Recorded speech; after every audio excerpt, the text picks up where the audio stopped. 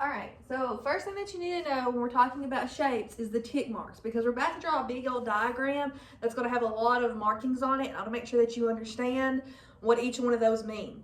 So we know as a rectangle that this side, this long side, is the same length as this long side.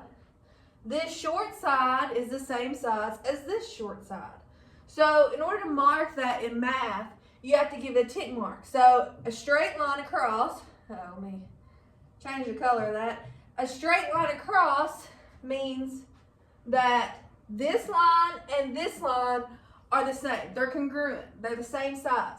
Now, we can't just go ahead and put a tick mark here and a tick mark here, because that's saying that these two are also the same.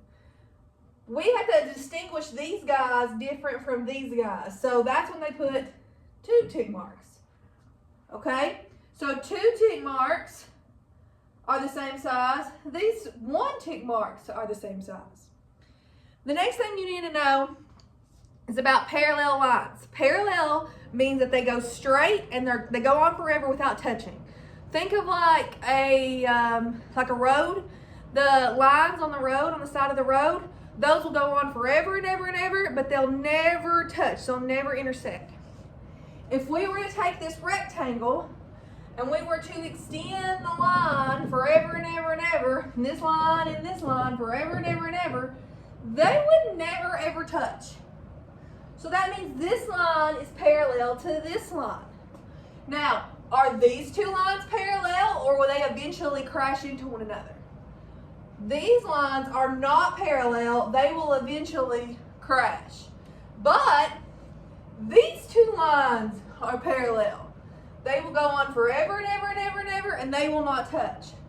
So to mark parallel lines, you have to put an arrow that says they go on forever. And again, it's the same system as the tick marks.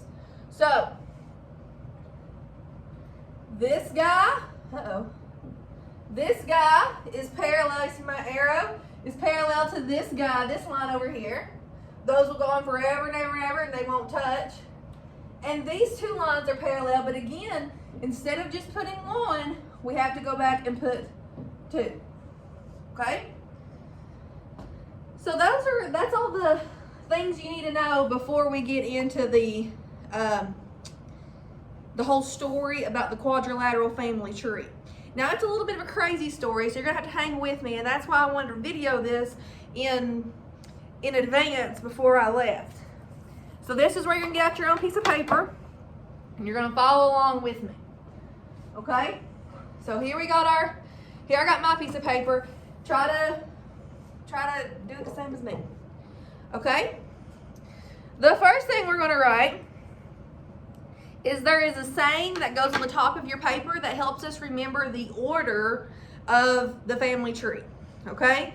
It's Queen Polly rides red scooters. Queen Polly rides red scooters. Okay? Let's see if you can see or not. Maybe. Can you zoom in? Nope. Okay. Maybe we can get closer up on the next desk. Ooh.